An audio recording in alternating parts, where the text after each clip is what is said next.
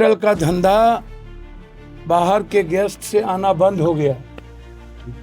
तब से 100% 200% होटल में सस्पेंड की प्रक्रिया कुछ छोटी मछली को अभी किया है। आज इतने दिनों के बाद कौन है ये रिलीज मोनू? पहले भी 3-4 हत्या ये बीसी कर चुका। पूरे समाज में वह विरोध किया अपनी बहन बेटियों की इज्जत के लिए, जिसके पास कोई रूल नहीं है। लगभग होटल सेक्स रैकेट में इस परिवार को आप कोई नहीं बचा। आपने 1 करोड़ की घोषणा तक नहीं किए।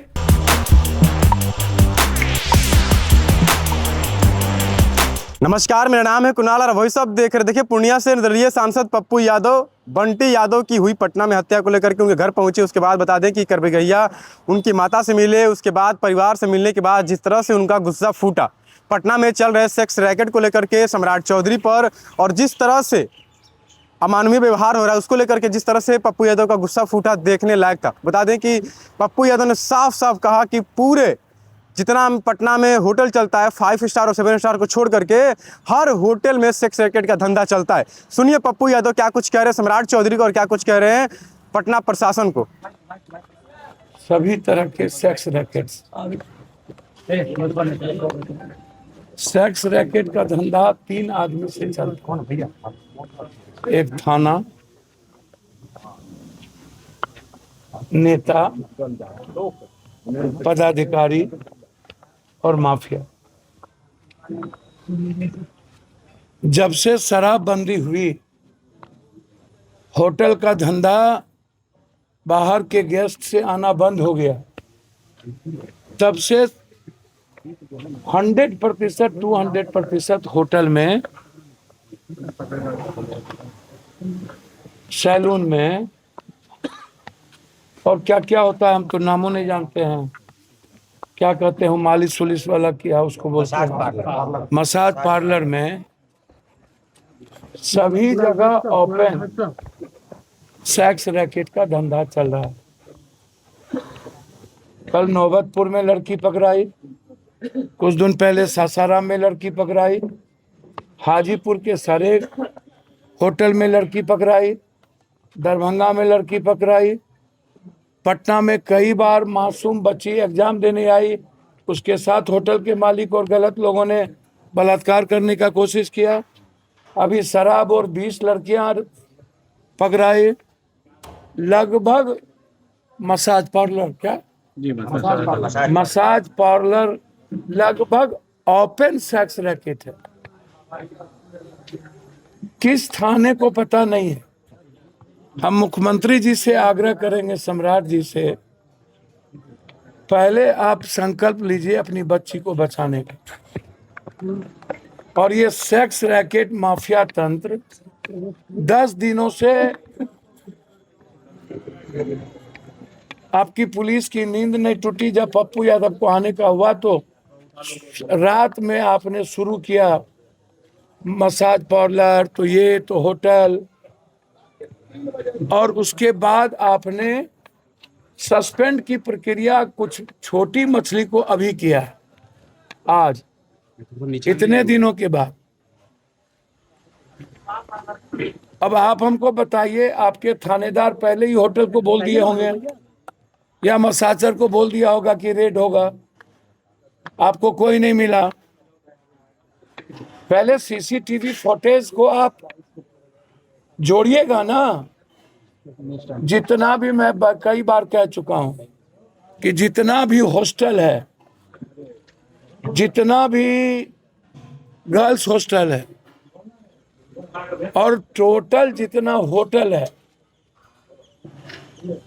आप जरा हमें बताएं कि गवर्नमेंट का क्या रूल फॉलो करता है और सीसीटीवी बंद कैसे हो जाता है। 6 महीना पहले से, कुछ दिन पहले से हमारे भाई जिसकी हत्या हुई, बंटी बाबू, इन्होंने थाना को लिख दिया कि इस गली में अवैध किन्नर और लड़कियों का पूरा रसूखदार के द्वारा गलत धंधा होता है। इसमें माफिया और अपराधी, क्या नाम है, कौन है, बीसी बीसी उर्फ रिवेश और मोनी कौन है ये रिवीस मोनू, पहले भी 3-3 4-4 हत्या ये बीसी कर चुका है। हम तो भैया अपराधी माफिया का नाम सुनते ही जहर हो जाता है। और कौन बीसी स्किनर को, मोनी कौन है, उनी मोनी तो एक तो नहीं होगा ना। 10 का ग्रुप है। और जब आपको लिखित दिया आपने कार्रवाई नहीं की, आपको सुरक्षा मांगा कार्रवाई नहीं की।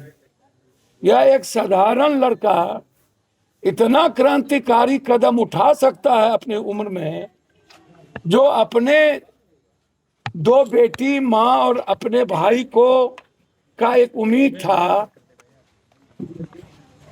इस पूरे समाज में वह विरोध किया अपनी बहन बेटियों की इज्जत के लिए, अपने लिए नहीं। मोहल्ले में जितने घर, जिस जाति का घर है, सबकी बेटी माँ बहनों की सुरक्षा और उसकी इज्जत के लिए उसकी जिंदगी चली गई। कुछ दिनों के बाद इस परिवार को कोई देखने वाला नहीं बचेगा, जो मैं जानता हूं। तो इस बिहार का लगभग, यदि मैं 7 स्टार 5 स्टार को थोड़ा छोड़ दूं, लगभग जिसके पास लाइसेंस नहीं है, बिना लाइसेंस के होटल चला रहे हैं, जिसके पास कोई रूल नहीं है, लगभग होटल सेक्स रैकेट में। और पटना में किडनैप कर ले और किडनैप करने के बाद पुलिस को कोई मिले नहीं, परिवार और मोहल्ले समाज के लोगों ने, उसके दोस्तों ने लाश को निकाला। जिन लोगों ने मुखबरी की और किडनैप किया, उसको पकड़ के भी समाज के लोगों ने दिया। तो पुलिस का क्या काम? पुलिस क्या करेगी? तो बंद कर दीजिए थाना।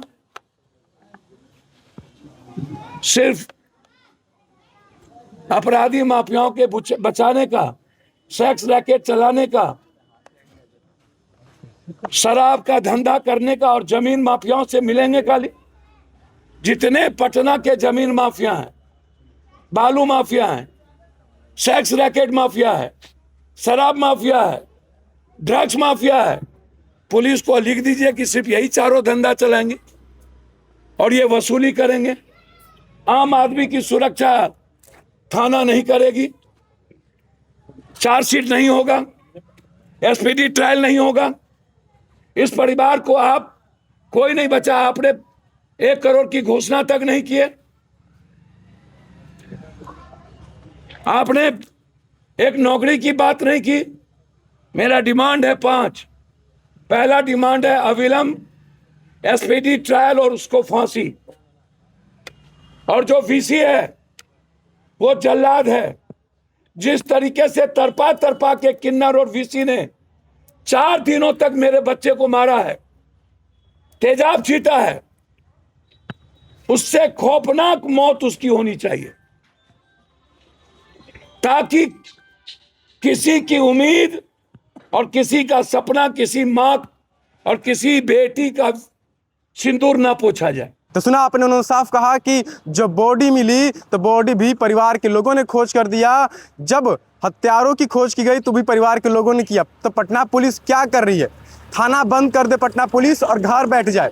सम्राट चौधरी से आग्रह किए कि उनकी 5 डिमांड है कि पहली, उनकी जो बीवी है बंटी यादव की, उनकी जो है सरकारी नौकरी दी जाए, उसके बाद 1 करोड़ का मुआवजा दी जाए, जो परिवार है पूरे परिवार का जिम्मा उठाया जाए। अब बता दें कि पप्पू यादव ने साफ कहा है कि पटना से लेकर के नालंदा तक और जितना भी सेक्स रैकेट का धंधा चलता है, सब पे सीएम सम्राट चौधरी प्रतिबंध लगा दे। तब देखना होगा सम्राट चौधरी क्या करते हैं। फिलहाल पप्पू यादव ने डिमांड कर दिया है। बहुत बहुत धन्यवाद। चैनल को सब्सक्राइब करें, लाइक करें।